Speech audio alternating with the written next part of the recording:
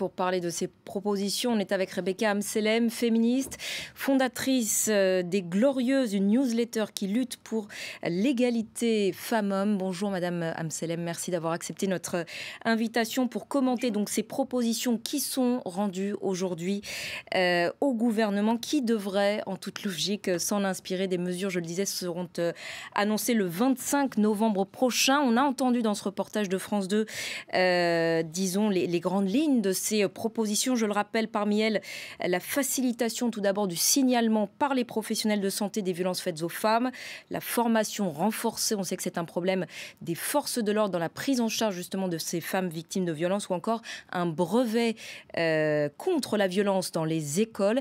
Que pensez-vous de ces pistes qui sont donc proposées aujourd'hui par ce collectif d'associations et d'ONG? Je pense que c'est une première étape et c'est extrêmement important qu'enfin en France, on prenne cette question des violences faites aux femmes et commises par les hommes comme un sujet important. La France, dans le monde, n'a pas très bonne place en ce qui concerne les féminicides. On en est à 125 féminicides sur l'année seule 2019, alors qu'elle n'est pas terminée. C'est un chiffre qui est en hausse par rapport à l'année dernière et effectivement, il n'y avait pas eu jusqu'alors, en tout cas, des moyens suffisamment conséquents mis en place par les gouvernements respectifs pour endiguer ces violences faites aux femmes, et notamment ces féminicides. Et là, il y a plusieurs propositions sur le tapis et qui sont intéressantes à mon sens. Alors lesquelles ? Je pense que la priorité aujourd'hui, c'est un accompagnement des femmes qui sont victimes de ces violences-là. Donc il faut avoir Donc au-delà de la punition, disons, des auteurs, l'accompagnement, notamment psychologique de ces femmes, est effectivement je pense que dans un première. premier temps, il faut les sauver. Effectivement, il faut faire en sorte qu'il n'y ait pas 125 féminicides en France l'année prochaine. Il faut qu'il y ait plus de places dans les centres d'hébergement pour accueillir toutes les femmes qui sont victimes de violences. Il faut une augmentation de ces places disponibles et il faut aussi améliorer cet accueil. Ça veut dire quoi? Et une de ces propositions, c'est d'avoir des centres d'accueil qui soient non mixtes et donc du coup qui soient réservés aux femmes. Il y a une autre de ces propositions, je ne suis pas sûre que ce soit une excellente proposition. Ça a été mentionné dans le reportage juste avant, c'est sur le fait que les professionnels de santé pouvaient éventuellement briser le secret médical si jamais une femme est victime de violences. Ça remettrait en cause finalement ce cercle de confiance qui existe quand même aujourd'hui chez les professionnels de santé où les femmes peuvent parler et se sentent suffisamment en confiance pour parler. Alors pour ce qui est des propositions, disons pour accélérer l'accompagnement justement des femmes que vous mentionnez, ou encore la formation des forces de l'ordre dans la prise en charge de ces femmes, on imagine que c'est un coût qui est important. Or, disons les concertations qui ont lieu là depuis le 3 septembre et qui font participer donc ces ONG, ces associations, ne parlent pas de financement. C'est quand même problématique. C'est tout le problème et c'est ce qu'on revendique.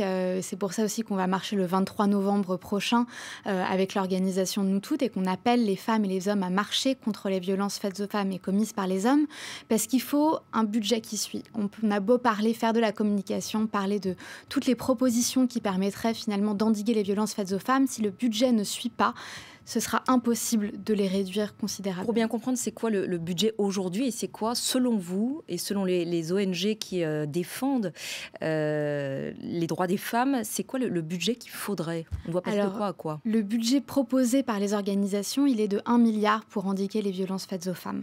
Si jamais il n'y a pas 1 milliard d'euros qui sont mis sur la table aujourd'hui, alors c'est 1 milliard d'euros, l'idée c'est pas de les mettre uniquement dans un secteur. L'idée c'est en fait de s'inspirer de ce qui a été fait en Espagne. Ce 1 milliard d'euros ne sort pas de nulle part. Où la lutte contre les violences faites aux femmes a véritablement progressé ces dernières années. Absolument. Ils sont passés de 71 féminicides à, il me semble, 46 ou 47 féminicides. Alors, on n'est pas au chiffre 0, qui est le chiffre qu'on veut atteindre, effectivement. Mais en tout cas, c'est une baisse considérable du nombre de féminicides et de violences faites aux femmes. Il faut mettre de l'argent sur la table. Vous pensez que le gouvernement y est disposé à mettre 1 milliard ? Je pense qu'il n'y a pas le choix. Comment est-ce que vous jugez l'action du gouvernement jusqu'à présent? Je pense qu'il y a eu énormément de communications qui ont été favorables à l'avancée, en tout cas, des droits des femmes en France. Et puis, il ne faut pas mettre de côté la communication parce que je pense que c'est important. Mais je pense que le budget n'a pas suivi. Aujourd'hui, les droits des femmes est considéré comme la grande cause nationale du quinquennat.